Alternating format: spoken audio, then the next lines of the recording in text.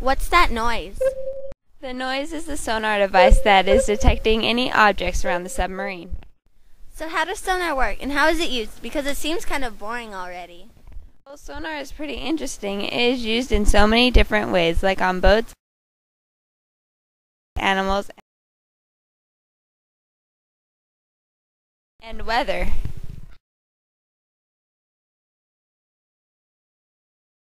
How does sonar possibly work on a boat?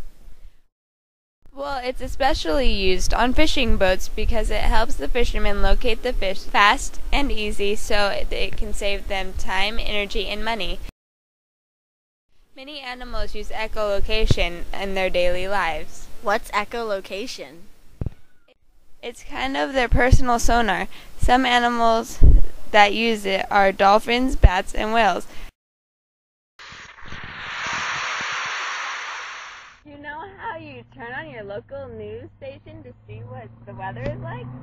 Yeah, I do. I like watching Channel 2.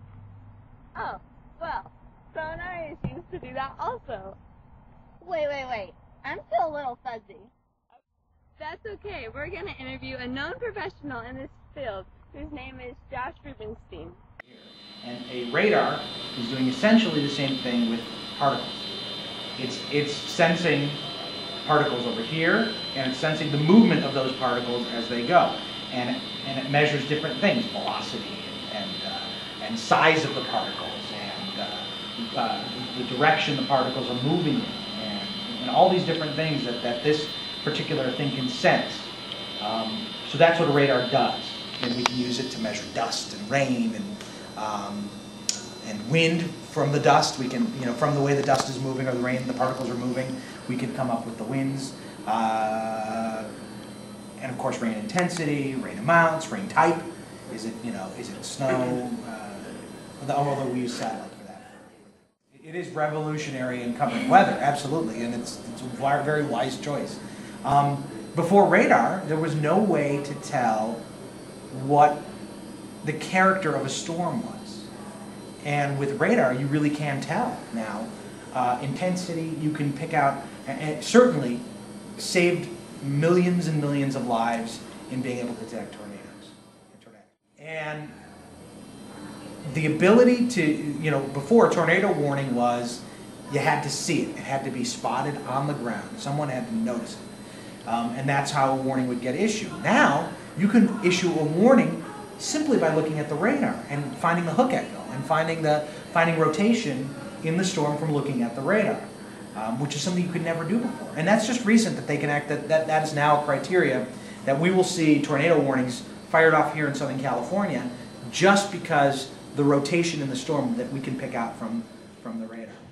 The worst thing that it can do, I think, is overdo it, not really underdo it so much. Unless it's missing. Yeah, we get missing data, false echoes sometimes. Yeah. Sometimes we'll say there's a tornado circulation when there's not.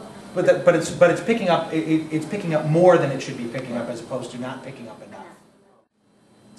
It's a pretty accurate thing just because it is really measuring things that are there. It's not using a lot of computations and things. It's not a forecast model. Pretty accurate.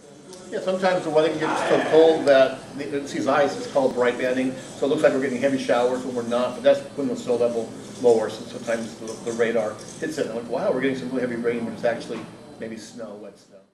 From what started off as just being able to see one dimension, one disk of what's happening, now you can actually, it's becoming so refined that you can actually see the way the raindrop is and the way that the storm is just in that three-dimensional layer. So. Wow, sonar sounds pretty important. Good thing we have it. But it did not always exist. It wasn't until World War I that it was actually necessary because of the need to detect enemy sneak attacks. So until World War II, many of our submarines were sunk. So sonar sort of developed its own revolution? Yes, it did.